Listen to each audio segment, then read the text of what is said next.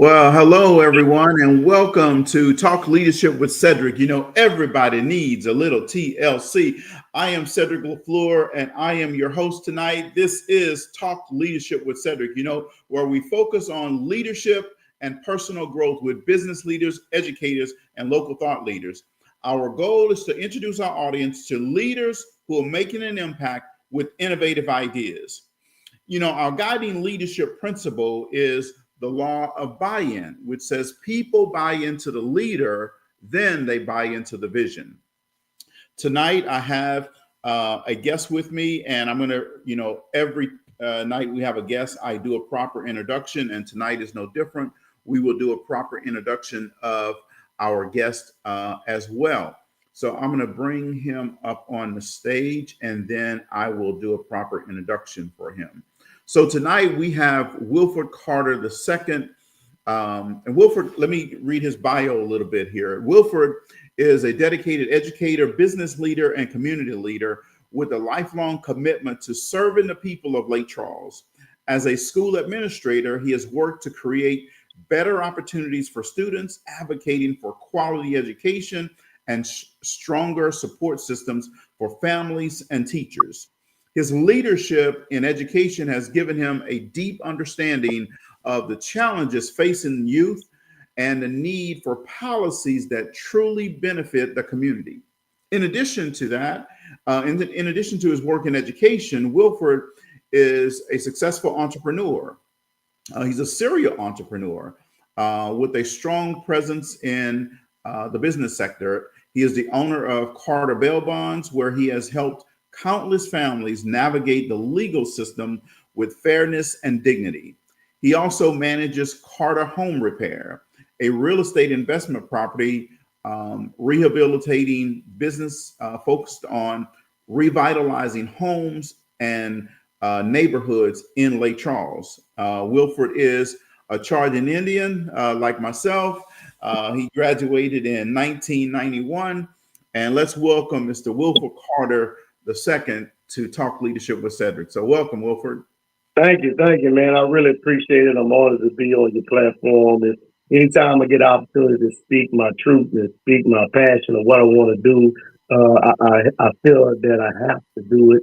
And this is a great platform, especially when it comes to leadership.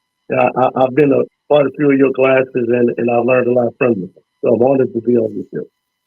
Well, awesome. Well, I'm excited that you're here as well. And I know that, our audience wants to be here to hear you talk about your vision for the city of Lake Charles. And we're going to dive right in and we'll just go through a list of questions that I want to ask, and feel free to add anything that you want to. So the first thing is, I want to start off by helping some audience members know you, but some may not know you as well. So give us a little bit about your background and what motivated you to run for mayor, and what do you hope to achieve for the city of Lake Charles? Well, like you said, I'm born and raised in Lake Charles, Louisiana. I'm a graduate of Louisiana Tech, and also a graduate of Washington. I'm a charging Indian. I've lived in North Lake Charles all my life. I'm 53 years old now. And since I've been in Lake Charles as a kid and as a growing, the city of Lake Charles have not grown as fast as other cities in the surrounding areas. We got a city Lafayette, used to be, population used to be smaller than ours, but they started to look into the future and build opportunities for other people. That gave them the ability to grow faster. And now they have a lot of things, restaurants, they got a lot of entertainment, and they benefiting from the ability to have a vision. So I wanted to make sure this is the issue of Lake Charles that really bothers with Major One. For some reason, we have a separation of division in Lake Charles where they focus on South Lake Charles and they neglect North Lake Charles. And they have a stigma or an idea or some type of perception of North Lake Charles is dangerous when the data doesn't show that at all. It's ghetto or it's somewhere that you don't want to live. And my neighborhood is one of the most prominent neighborhoods in the city of Lake Charles, but people from the South have never seen it.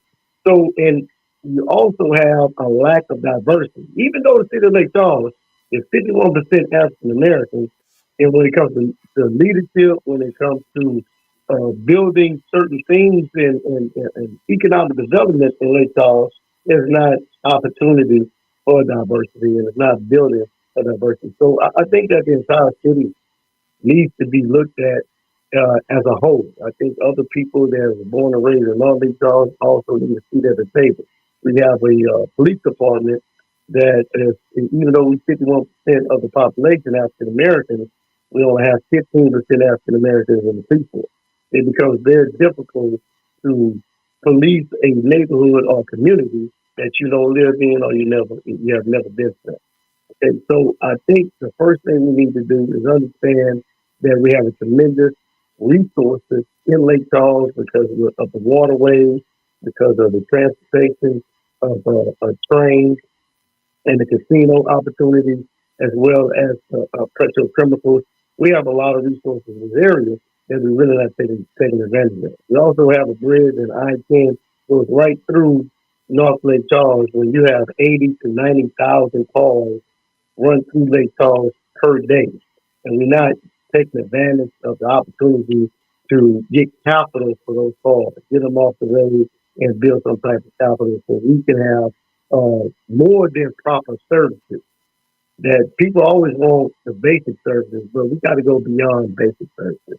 And another reason I don't see us taking care of the little people, taking care of the people that actually don't vote, taking care of the homeless, taking care of the youth, and also taking care of the elderly. So I put my hat in the race. I'm the only Democrat in the race in the city, where 65% of the city is actually Democrat. So I felt it was a responsibility that somebody had to take on, and I took that responsibility. Yeah, yeah. I noticed last night that you said it multiple times that you're a Democrat, and I know some people said, "Hey, so why do you keep saying that?" So explain to the people why is that's important. Well, this is the reason. I don't think people understand the direction that the state is going in. Our governor, Governor Landry, has already introduced a bill that we're going to be a two-party state. What that means is the only two parties, and only two parties that became president, the only two parties that became governor was a Democrat and Republican. So he's introducing the bill. If you're not a Democrat or Republican, you won't be able to vote. You have to be written down. Okay, it has to be on documentation that you're a Democrat or Republican, or you won't be able to vote and you're not going to be able to run. Now this is going to pass. It's not going. It didn't pass this year, but it almost did. So in the next year or two, it's most likely going to pass. Yeah, and that's a great point. So let me do a follow up on that. Why should that matter to the folks in North Lake Charles? Because I know it's important. Why should it matter to them? Why should they worry about that? Well, first, the Democratic Party for the last 80 years has been fighting for not only the working class and building the working class, but also been fighting to support and build support systems for people that can't support themselves. So the Democratic Party is a party that want to make sure they take care of homeless people. They want to make sure they increase um, uh, services, income for services, people like the police department, the sheriff department, as well as teachers. I'm an educator. So when you look at the basics, now I'm a Southern Democrat. I'm gonna be honest with you. I don't agree with everything that the Democrats want to do, Yeah, especially when it comes to the national level. All right, and I have some conservative values. But but when they look at the Republican Party and look at what they want to do and the change they want to make, majority of things I agree with the Democrats. And that's making sure that you take care of people, especially the people that they haven't been able to take care of themselves. And so once you help the least of us, and that's biblical principle. Take care of the least of us, and the entire city will grow. yeah. So helping the disenfranchised, Yeah. um, and that's why that's important to the folks in North Lake Charles. So if you're listening, folks, you need to make sure that whether you live in Lake Charles or you used to live in Lake Charles, you have relatives that live here. You need to make sure you get that message back to your people that they need to get registered, one, on paper as a Democrat. Because if the state continues to go in the way it's going, your vote may not even be valid or available, right? So you need to make sure that you get that message out. So you're in education, and jumping into the political arena is a different ball, right? So what made you decide to jump into public service specifically for the mayor? Well, I've always been a teacher serving the public, and I've always been in public service, but I've never been in an elected position. I never, ever, ever want to even be named or called a politician, but I'm asking for people vote to have an elected position because politics it gets strange, especially if you get in it too long. And I Mhm. keep telling people that one of the best things about our president right now is that he has a term limit, and one of the best things about our governor is they have a term limit. The best thing about any politician it should be that they cannot be there for long. Okay, so that's one of the reasons why I'm running. I'm not going to be a politician for long. I'm going to hold this seat for 2 terms because a true democracy is you have to have just 2 terms because the longer you stay, the more stagnated, the more stale, the more it's the opportunity to corrupt not only yourself but the culture because you still have the same people in it. And so I think it's very, very important that the person that's the mayor now, he's been there for 2 terms and that's for 8 years. I think it's important that we need to move on to another individual that has not been it. I'm not a politician. I don't even want to. I don't even want to operate as a politician. I don't want to just have Democrats on my team. I want to have a mixture of people on my team, of Democrats as well as Republicans. I want to have a very diverse group of not only whites and blacks, but we have a huge Latino community in this area. So we need to make sure we include everyone at the table. Yeah, that's awesome. And so let's talk about economic development. So, what's your vision for economic development in Lake Charles over the next, let's say, the next 4 years, if you're mayor? So it's multiple stages of economic development. First, we have to look at large corporations and invite specific. Because we have to, when it comes to economic development, that's the growth. And when you develop in an economic, you have to control it. You have to manage that growth because the infrastructure, if you can't handle it, then you're gonna have a headache when it comes to traffic and growing people. So once we have large corporations, like you have the plants, you have the casinos, but we have to have other industries besides those two. We cannot rely our tax dollars on 2 industries. That you're gonna find yourself in trouble when one of those leaves or when our neighbors like Texas take on the casinos and things like that. So my plan is to attract, be aggressive to go out and strategically get certain industries, invite them to come in to our organization, which our city is, understand the culture. That we want to keep our culture. We want we want to preserve our natural resources, but we are a very, very friendly people. We are hard workers. But once you come in, it has to be with intention that you hire at least 70% of the people within Lake Charles. If the 70% of people in Lake Charles are not qualified to take that job, we need to prepare education facilities when it comes to well as my need to educate people. But this is large corporations when you're hiring 1,000+ people. Other than that, we have to focus on small companies. When you hire by 1 to 10 to 15 to 5 people, those small businesses are the lifeblood of any city. So we have to make sure we're very strategic in mentoring people that want to start their business. And I've always been promoting this, and I'm a mentor myself when it comes to the younger generation that wants to start a business. So people that's been in business for over 10 years, that's a whole team. And you'll have that person on your team as a mentor to help you step by step. We also need to every month have meetings, and we have to promote every small business that we possibly can as much as we possibly can. Because one thing that we don't do is that people fail to do is that's marketing. They don't market their business. We have a lot of restaurants that are amazing restaurants that people don't market, and we have a lot of gifted people inside the city that has a business that we really don't know about. So it should be the city's responsibility. Shine a bright light on as many companies and many businesses as we possibly can and make sure that they are stable and understand how to actually operate a business. Not to be an entrepreneur, not to be a person that just work and work and work and don't understand the groundwork on how to actually have a business and be scale your business. You have to teach and educate as many people as you can, and that comes from older entrepreneurs. Yeah, and that's actually a great point. I know. I think last night in the debate they talked a little bit about entrepreneurship, but let's talk about that because you're serial entrepreneurs, right? So, And we know that from the very beginning of building America, it was entrepreneurs, right? So entrepreneurship is not something that's new or innovative or anything like this.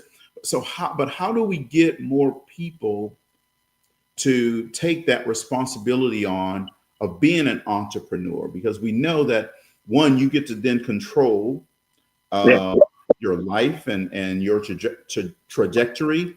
We know that too. When you become an entrepreneur, you take more pride in that ownership.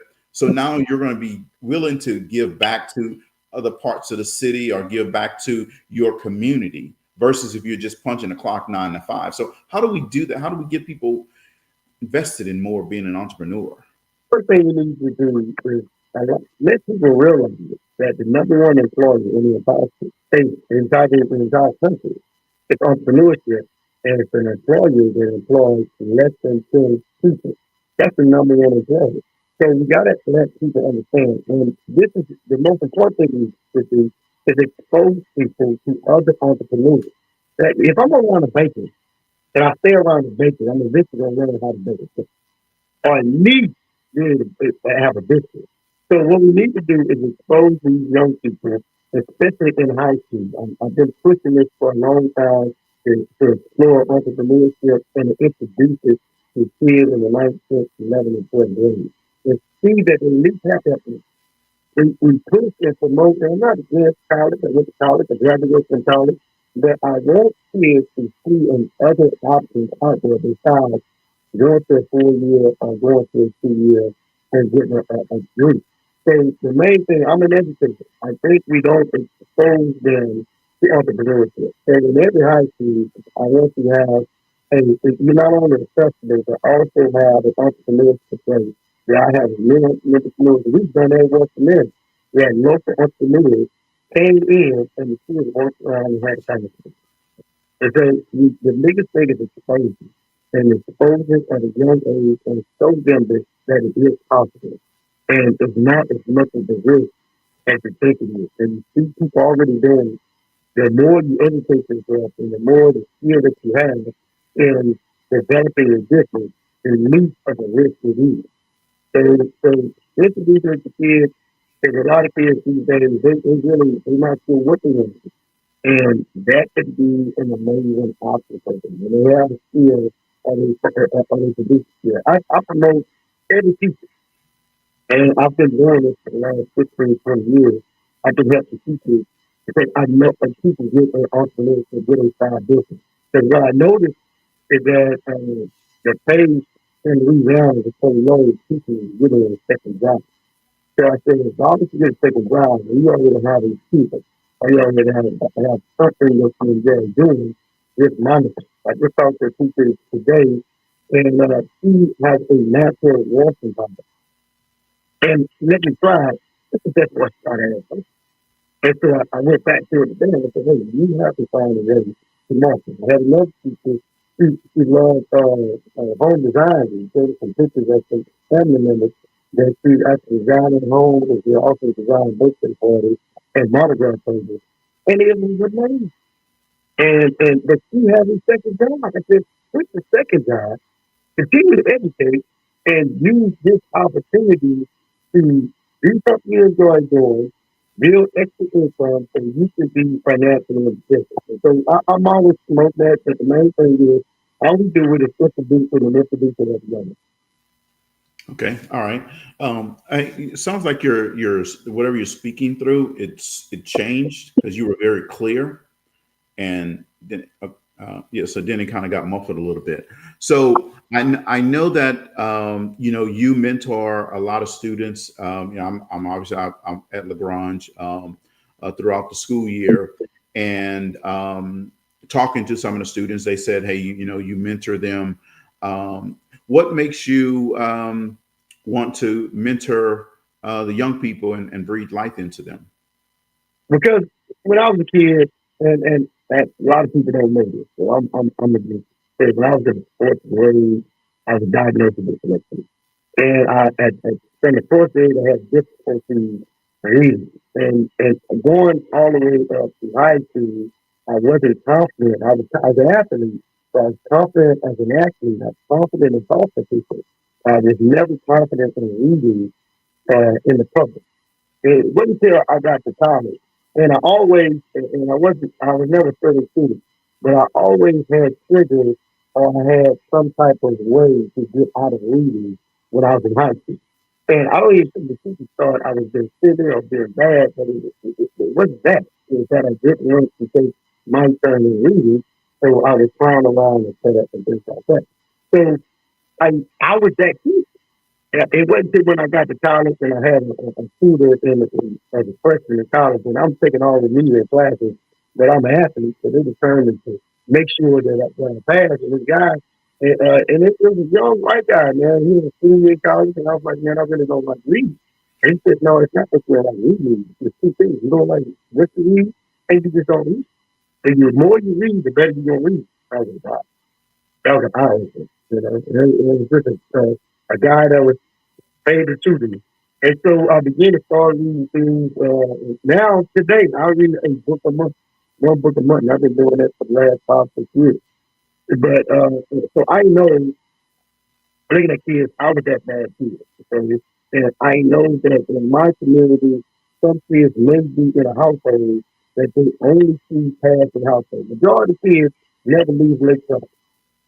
So Hmm. maybe people see the opportunity. Majority of kids don't even go to compliment stores, or they don't go to a nice restaurant, or they don't have to expose. So I felt that it was my calling and my responsibility. I became a coach because I love football and I wanted to share that love for football.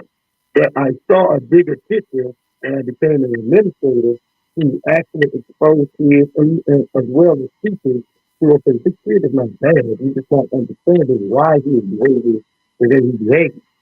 So kids need to know, and you know as well as I know, kids will listen to you unless they know you feel. So Right. I realized there were teachers that wanted to teach them but did not want to connect with them. And I said, no, you have to connect with them, you have to build a relationship, a real relationship with them. Because you can't trick kids. Kids are the ones who know that are you phony, are you not phony, are you really literally interested in their life. And so I realized that they need a mentor more than they need a teacher. So you have to be a mentor first. You have to build a relationship first with them, and you have to model what you want them to see in order for them to understand and they believe. So to me, mentors are more important than teachers. Teachers should be that's what they really are. Mentors, they counselors, and mentors sometimes you parents, you know. So I wish we had more. And medicine is a study that has shown that young African American males struggle at schools that are predominantly white, and they don't have at least one African American male up at school that they can reflect on. They can actually see that. They can gravitate to the other person and reflect themselves in it. So I want to live a life that kids can be proud to see and reflect themselves in it, and plant their seeds that they can do the same things that I'm doing, or they can do way beyond them. Well, that's awesome. Well, the kids are definitely our future, so keep doing that stuff. I know that it's making an impact on students. So that's awesome. So, how do you plan to address the issue of affordable housing in Lake Charles? Well, first of all, I do real estate, and this has been an issue, and big on the issue all over the entire country. And what we need to do is give people opportunity. We need to meet everybody. Okay, we're already building a lot of rental properties, and that's fine. We have more rental properties now than we did pre-hurricane. Right? We done had a lot of hurricanes in this area destroyed a lot of houses. So rental properties are coming up. But we also got to give investors like myself and like other people an opportunity to purchase a lot of houses that are abandoned and people walk away from with them some type of deal. Right now, the city of Lake Charles is actually buying land. I don't think we should be in the business of buying land. We need to be in the business of transcending a, a property or a discarded land and have someone develop that property. But the most important thing is we also have to have incentives and some type of pathway of home ownership. You can't just live by rental property alone. We have a lot of people that are stable, but they don't understand the process of home ownership. So you need to train them and have to have a clear understanding. They feel a point where you know how to own your home and then give them some assistance along with the bank. There's a consistency. Purchase the property, so you can build a home or purchase a home. And that's important. So once you get a home ownership, then you own the piece of the United States of America, you own the piece of Lake Charles, Louisiana. You are now totally, completely invested in the state. That you have to be an owner. And you have to assist people. It's not that difficult. There's so many different ways that people purchase property that people just don't know. And so Right. we have to see and do things to make sure people are educated and provide free education. Don't be a gatekeeper. That issue is a lot of people want to teach you how to get along and find it wrong, but they're going to charge you a fee. Now you pay the fee with practice. Let me show you how to do it. And so once you start getting a list of people, start training, make sure the credit is right. Understand what the mortgage rate is. Understand what type of home, how much of a home can you possibly afford. I see to buy a house way too big. Get my house too big. So you got to make sure that we get them in a house that they can afford, maybe help with a down payment, and then make sure that they are stable and they're owning their property. Okay. All right. And staying on that same line. What do you think are some strategies that your administration would implement as it pertains to public transportation? You get people in a house, but a lot of times people are in a house, but they don't have transportation to get different places or to get around the city. So, how do you plan to improve public transportation in the city? Well, there's multiple ways that we need to do it. One of the things that I've been introducing is introducing artificial intelligence to have a good understanding and how our transportation works.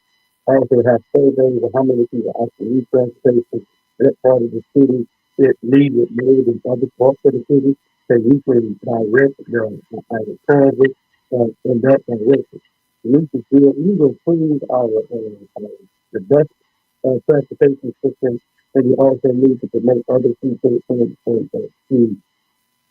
be independent. An easy way to be independent is drive Lyft or drive Uber. But if you So let me can't, hold on 1 second. Let me ask you this: is your speaker covered up? nah, how about this? Is this better? Yes. Or Yeah. maybe my stand. Let me hold it. Is that better? Yeah, that's a whole lot better. Yes. So say what you said again, because I could hear some of it and it's important. So say what you said again. It's about public transportation. How do you improve that? So public transportation is very, very important, and you need to use data to have a clear understanding of where the transportation needs to go, what area needs what transportation. Not only the data needs to be introduced with artificial intelligence. We have artificial intelligence that can look at the entire city and also do surveys to see what area needs transportation more than other areas, and where are they going? Where can we pick them up, and where are they going? So we need to have more bus transit, and it doesn't have to be a huge bus because we're not a big city, but we still have to have options. So every 15 to 20 minutes, that a bus will come pick you up and then again. We also have to educate everyone on that system, and we also have to provide some technology to where they know exactly where to go at what time. So you should get app on your phone, you press that app, you know that a bus this bus is coming in this location and at this time, and this is where it's going. So improving the marketing of the art, and that's all can be done with artificial intelligence. Right. And it can tell you exactly where you are and teach people that you can go anywhere you want in the city of Charles in 15 minutes. And then you go with it. And so you have to have a clear understanding of how to use it. Train people on how to use it. Because a lot of people, if young kids, they're going to take on real fast. But the biggest concern is the elderly. They may have a cell phone, but they're not sure how to use the app. So you need to teach them and show them exactly how you can use the app so you can get where you from the hospital or you get to the shopping center and you get back on stage. Yeah, yeah, that's definitely important. Artificial intelligence definitely can help improve a lot of those things and make the life easier for, especially for people in North Lake Charles who may have difficulty getting to grocery stores that are either in the south part of the city or in Moss Bluff, right? Um, that's important. So there are a lot of different challenges and things to tackle in the city. So we'll just talk about a few of these and dive deeper if we need to. So, how do you intend to tackle the challenges of infrastructure maintenance and improvements? And when I talk about that, I'm specifically talking about flooding in the city. I know that whenever it rains, I always like, oh man, I think I need to leave Lake Charles sooner than I planned. So, how do we tackle that?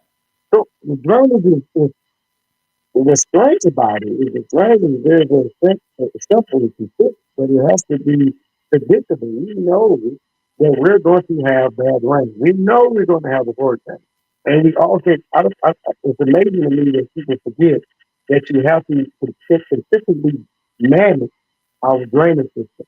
Because we have a lot of trees, we have a lot of forests. And so when we have high winds, we have things like that. It's not only the cities, and this is another issue. We do surveys. We hire people outside the city to do surveys to how to improve drainage. It's simple. Drainage flows down here. We know this. It's not like a thing. And we also know that it can get clogged up. We hire outside contractors for some strange reason, and we have personally capable people of doing it ourselves. The main thing is hiring the people to unclog the drainage because we have to consistently do it. But it's not, it's another issue. It's not just the city. If we clean out the drainage in the city, we also have the drainages of the parish. And that was one issue that the drainage of the parish, once we cleaned out the city, the parish didn't do their job. You have to hold the parish accountable. You're not going to pay for the entire parish. You're going to pay for the city of Lake Charles. But we have to have if they don't do their job, we have to put pressure on the police bureau to make sure that those drainages are completely clear so we can get to our water. But I don't think people actually see that there has to be pre-planned ahead of time. And we already know that that's what we're going to do. Now, some areas, it doesn't flood at all. The north side of Lake Charles, it rarely floods because the ground level is higher than most of the cities, most of the southern, south part of Lake Charles.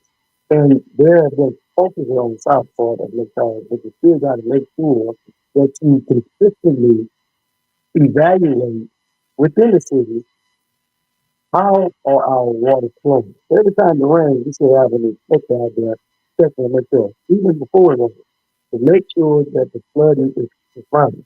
Because within time, that flood, it gets clogged up, and we know it.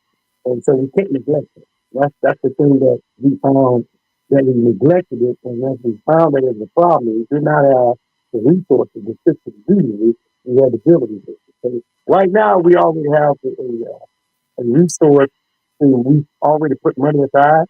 We've already cleaned the drainage, but now we're waiting on the parish to clean it. And I'm not very good at wait. So I will go as the mayor, go address the police bureau and ask what's the hold up. Ask them, can you give me a time frame? What contractors are you going to use? And you hold them accountable. You can't just tell people you're going to do something and not give them an expectation of when it's going to get done. And Right. if it still don't get done, it may have to require some type of legal action. It's amazing how things work fast when you get the legal. processing part. Yes, definitely. Trust me, I know about that. I've had to deal with that myself recently. So you know, We're going to talk. We're going to get back to politics and all this type of stuff. But people vote for people. People do business with people that they know, like, and trust. Right. Yeah. So tell us something interesting or fun about you.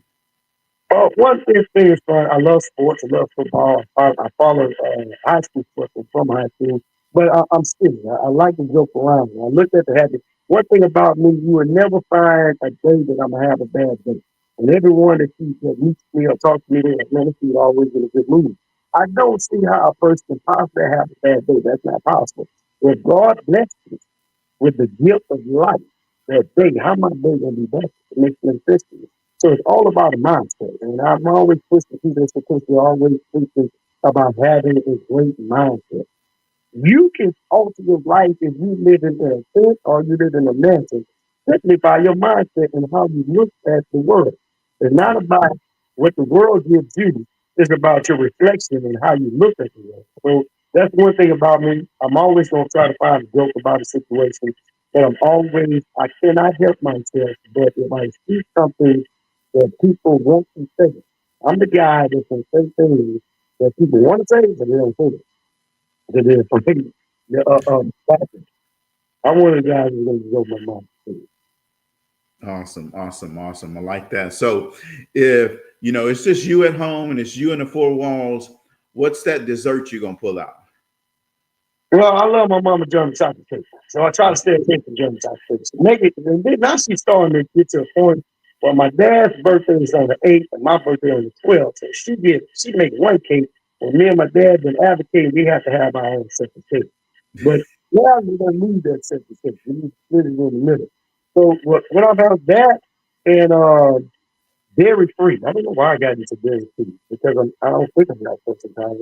But dairy free and um, peanuts, the honey roasted peanuts. I I I eat that and sit down and watch football. We won a football game all day. Okay, all right, and I love to uh, cook. That's one thing I do. I'm saying I love to cook. I would cook at my office. I cook for my staff, at least once a month. And I get on social media, so much food I cook. And I just tell anybody, if y'all see this, just come on to my office and cook. And so it's fun. And that's one of the things I think we need to vote on McDonald's. I honestly think McDonald's, and I challenge everybody, I'm going to promote this when I become mayor. I challenge anybody in the world to come to McDonald's and challenge us in any food you want to cook, and it's going to be the best. yeah, I agree with you wholeheartedly on that. Definitely. Last thing on that is, what's your favorite vacation spot? So let's say you're the mayor and you say, all right, now it's time for me to go take a break and go find my spot. What's that spot? In the country is Houston. I love Houston, and one of the main reasons why it is so diverse in Houston, you can meet so many different people from so many parts of the country as well as the world. But they also have 11,000 restaurants. My goal is try almost every restaurant. I never go to the same restaurant in Houston. And that's in the city, and it's a fun place to go. But my out of the country, oh man, you gotta love Mexico. You gotta Mexico, love where? Mexico. Okay. Yeah, there's parts of Mexico that is. I don't.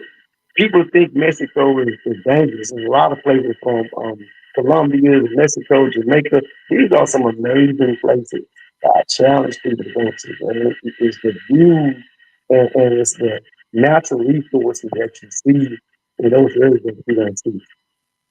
Awesome, awesome, awesome. Well, that's always good. Well, while you trying all 11,000 restaurants in Houston, I go to the same one all the time. So, Well, you're gonna be surprised. Now, I gotta admit, it's I done tried probably 150 of them, and I maybe one or two, maybe three. I'm like, nah, this is not right. They're not good. But the majority of them is so infused. It's normally an infused food with soul food and Korean or African, and so I enjoy an Italian. I enjoy trying those different of different inventions of food. Okay, yeah, I can't do it. I go to the same restaurant with the intention of getting a different meal. Then I go, well, I know this works, so let me just. So, all right. So now let's get back to what the people want to talk about here. So, you know, health and wellness is one of those things that is important, not just in Louisiana, but it has to be important for around the country, right? So, how do we prioritize or promote health and wellness in Lake Charles? You know, Louisiana is one of those cities that even the vegetables they fry. Yeah. So, Richard. So I work out 6 days a week. I eat and I try to educate myself more on herbal food and herbal remedies. I need to educate our people and give them an opportunity to have an workshop where they see exactly what processed foods are doing. And if they know, then they can make an informed decision. People that don't know, there are foods and products and from cereal and other things that are sold and allowed to be sold in the United States that are banned in other countries. And so I always tell people, hey, especially teachers, I say, you know, that's banned in Europe, or it's banned in somewhere else in Canada. And they don't even realize it. So the most important thing is we need to educate people on what you're putting in your body and how important it is. One thing that I don't know why they don't teach doctors about herbs and natural resources that keep you healthy, like beet juice. Beet juice can reduce blood pressure. I drink beet juice every day, and I don't even have high blood pressure, never did. But it's very, very source of being healthy. So things like that people don't even know about, like sea moss and things like that. So we need to educate them on that but that, when I've been with options, I got a lady right here in North Lake Charles that makes my sea moss from her home. That's a business. So, and I got a lady that do my juicing in the juice store. So we got to educate. The next thing we need to do is we have to remain active, have things for them to do. We got to move around. You can't just sit at the house and be bored, especially the elderly and especially the kids. The kids are already going to be like want to move around. So you have to have a structure with intention and make sure it's safe. A lot of elderly people, they really don't have a community or somebody that's with them all the time. So we have to push them to be around other elderly people, come to the park, let's do a walk around, let's have some type of event so you can continue to be mobile. We are designed as humans to continue to be mobile and also think. So I want to challenge people when it comes to mental health that you evaluate yourself on the mental health and have options available. One of the main reasons why we have homeless people, one of the main problems is because it's a mental health crisis in the entire country. So we have to make sure we provide that type of understanding of what is bothering you, and you have to realize why you are behaving the way you behave. So mental health is very important. Making sure we stay active, educating people on the things that you have, especially when it comes to yeah. Okay. Awesome. I like that. So, you know, let's talk about, you know, when you have a city that's divided in a lot of things like Lake Charles is, there's a lot of things that's togetherness, but there's a lot of things that are divided. So how do you, Wilford Carter II, help people who are in South Lake Charles who may not know you like some of the people in North Lake Charles know you and trust you and believe that, hey, you can lead the city? How do you help them understand and know that you're going to be their mayor just like you would be the mayor for the folks in other parts of the city? for the same reason, when I get a group of freshmen that come to high school, they got to actually see. They got to have me. I got to be in their facility. I got to be in South Lake Charles just as much as I'm being in North Lake Charles. I got to see me at events in South Lake Charles, a restaurant in South Lake Charles. So the more they see you and look at common things that we enjoy doing in the city of Lake Charles. One, we enjoy eating. We enjoy having a drink. I need to be in their area just as much as I'm being in the other people. A big thing we enjoy is sport. There's nothing like having a conversation about LSU that anybody in the people may talk. So sometimes when I meet people, I talk about the things for sport. Unfortunately, some people like the Cowboys, whatever they're talking about, you start to understand that we are always in it. Another thing we talk about is YouTube. People know people too. And once you start talking to them about our common interest and being around it, you have to be around it. It's the biggest issue of why we think that people in South Lake Charles think of a certain way in North Lake Charles and maybe you never touch it. Or you know it. People in North Lake Charles don't even go. And so they accepting the people in North Lake Charles. Man, y'all come on, let's have a cookout. Put this picture. Why the city can't give a good cookout? Why we can't say, we love to cook a good sauce. And then everybody think they sauce is the best. Okay, well, let's go on to the city center. Well, I'm city center, New York going to the city center, and there's a bunch of plants having a jambalaya competition. I said, I want to go to that. So once you start walking around and taste and having a conversation with people, then you know, okay, I can deal with that. When you allow other people to control the narrative because you're not there, then they would develop a sense of insecurity or fear of who you are because it's clear that you seem like you're uncomfortable coming in my neighborhood. So you Yeah. got to be able to you got to do it and you got to actually see. You gotta be look welcome. You gotta smile. You gotta introduce yourself to people that you never talked to before. Or because some people just don't feel comfortable talking to you. But you gotta be that man that is open and honest and you can look at a person and wave and smile to them so they can feel welcoming to come and just have a simple small conversation with you. And that conversation don't have to be it don't have to be political. It don't even have to be religious. They have to be some of the comic core that American love, that people feel like that's music, that's sport, that's food, things like that. That's fun, but not so core separate, you know. And so Yes. that's important to me is developing a relationship with people that are giving you and understanding with no judgment, understanding how their core beliefs and their core values, how do they develop it? You support Donald Trump, that's fine. And I'm not saying I did, I'm not saying I did. I didn't because I'm a Democrat, but it's okay. Let's have a conversation about it. Let's not get too rough about it. And one thing about people, when you start talking about certain things that they believe is good, like religion, man, they would defend it they'd be irrational. Right. So just stay away from it and respect what they say and move on to something that's a common goal, like loving your kids. Who don't love the kids? Right. Yeah. So be down the food. Yes. Absolutely. So Okay. All right. So, give us three things that Lake Charles residents will benefit from you being the mayor of the city. okay, three things. The first thing is we're gonna have a lot more diversity, so we're gonna have more inclusion. You're gonna feel immediately that you're included in the city because we're gonna bring festivals, we're gonna bring events to the city of Lake Charles that does not isolate certain parts of the city.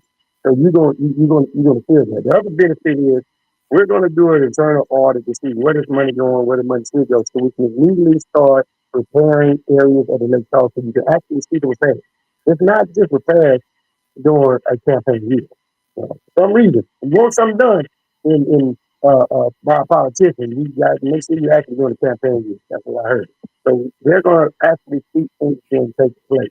The other thing is complete total transparency. You're going to get tired of seeing me on your social media because I don't understand where we're not going to where people are. People basically get their news and most of the information from social media. So Right. we should have a social media person, a person hired just to manage the city social media on all platforms. And they need to frequently speak and be where you are. So when you see me here and there, you're going to feel comfortable. You'll be more comfortable with me being there. But those are the things that you know immediately that you can see. And once you continue to communicate and you speak me on social media, you're like, okay, maybe not bad. The more and more you see a person, the more and more relaxed you're going to start to be yourself with the not bad. Because you're going to start to learn that my character, my nature, I'm a silly person, I love to cook, I'm a giving person. they're going to start seeing it. So you need to immediately start exposing that before I even become mayor. And once I get elected, you start putting it out on every social media, let them see it, let them see it. And then I'll be complete transparent and start showing them, okay, this is how much money we have. Don't it shouldn't be a difficult, hard thing for them to find. Some people want to do some research of where money is going, and you need 5 lawyers and a priest to figure out where all this stuff is going. That's Right. simple. Make things as simple as possible. We have 4 amendments to the Constitution that's about to that we're about to vote on, and one amendment is 180 pages. Man, it don't take that long to explain what you're trying to do. Anything that takes that long, you need to vote no. It's a trick. So complete transparency without the difficulty of having you go research it, having you go read it. No, I'm gonna say it verbally. I'm gonna have it in different ways. You can go read it, or you can go check on the City of Lake Charles page, whether it's Facebook, Instagram, TikTok, whatever it is. You'll know where you can go, and then you have to shorten it as well. Because people don't want to listen to things too long. Right. If you want to talk about something important, you just run your mouth for about 30 minutes and then you start talking important because they're going to tune out. Right. Just start putting in small snippets in 3 to 5 minutes and so they can digest it and move on.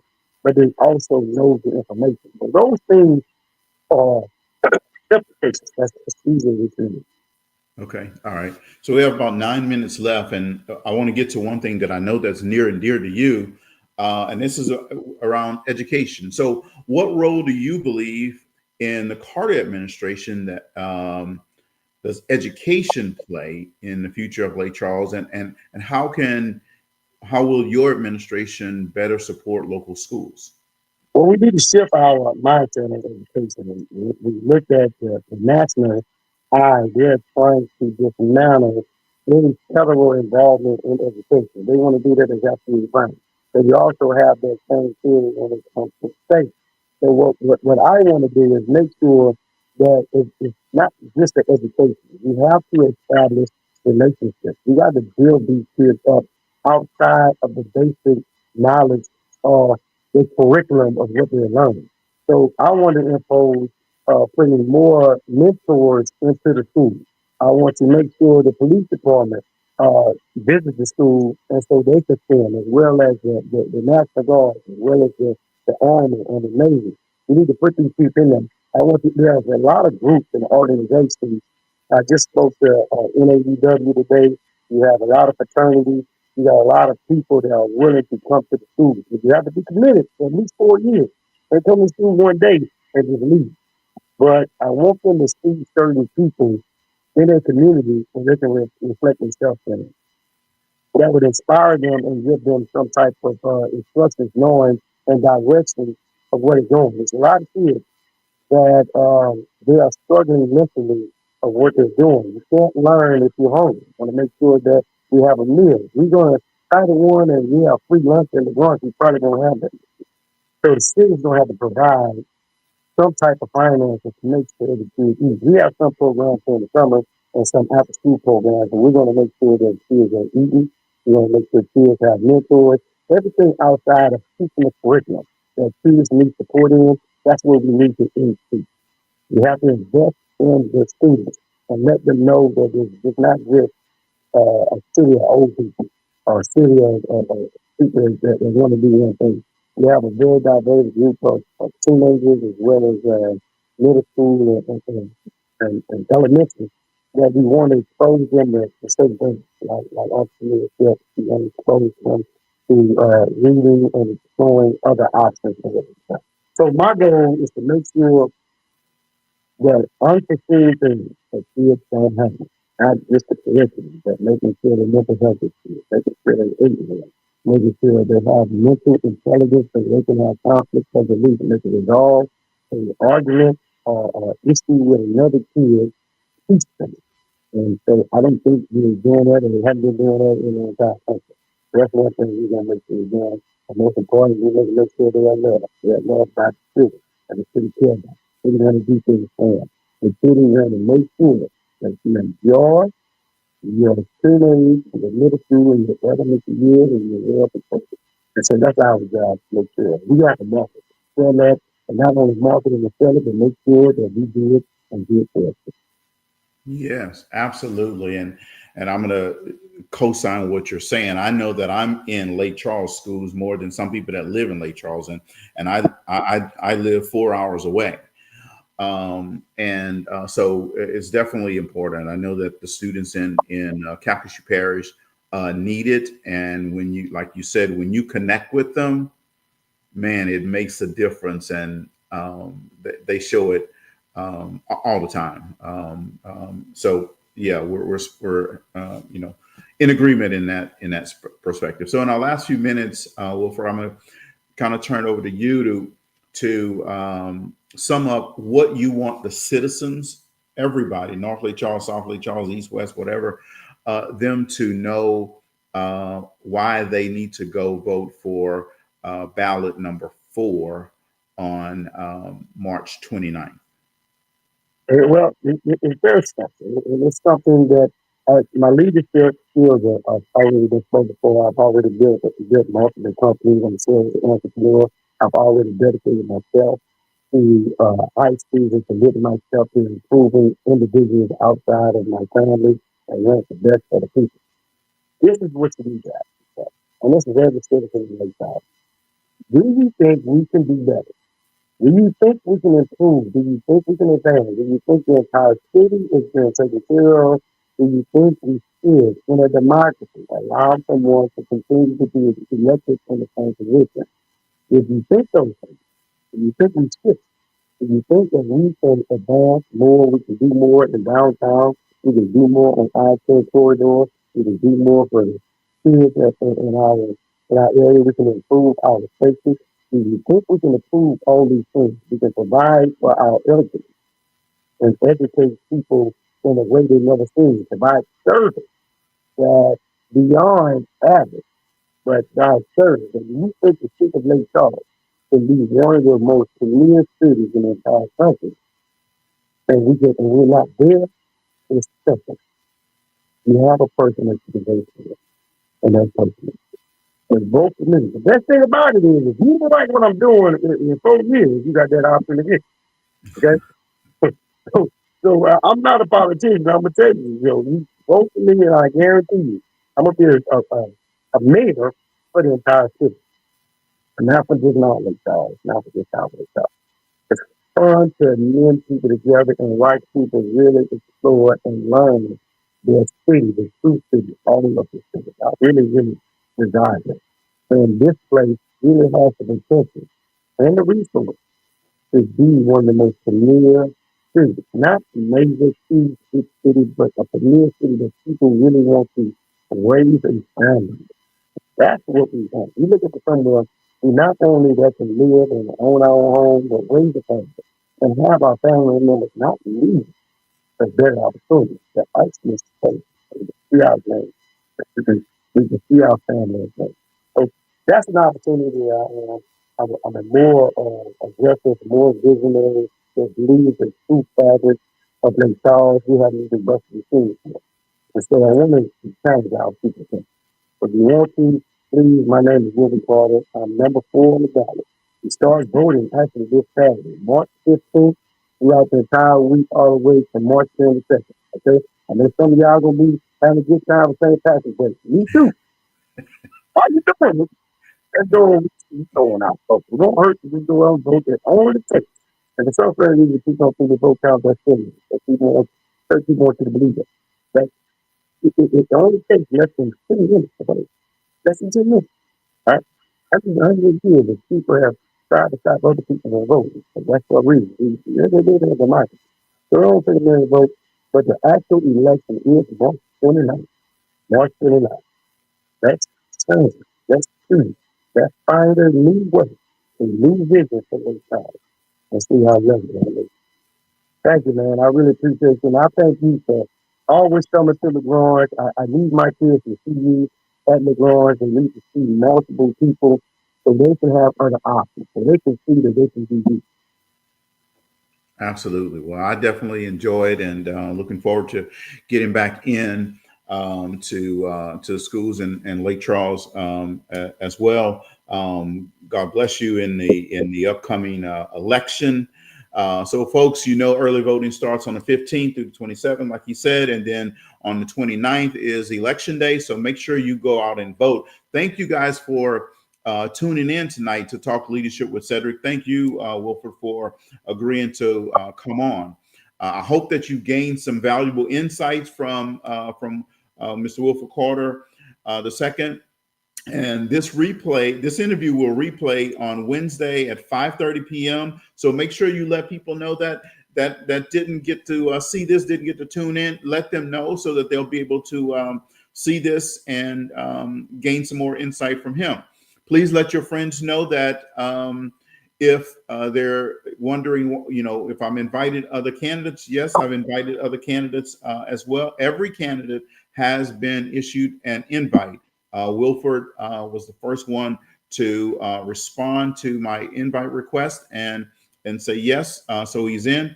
And Marshall Simeon will be with us on Monday night at 6:30.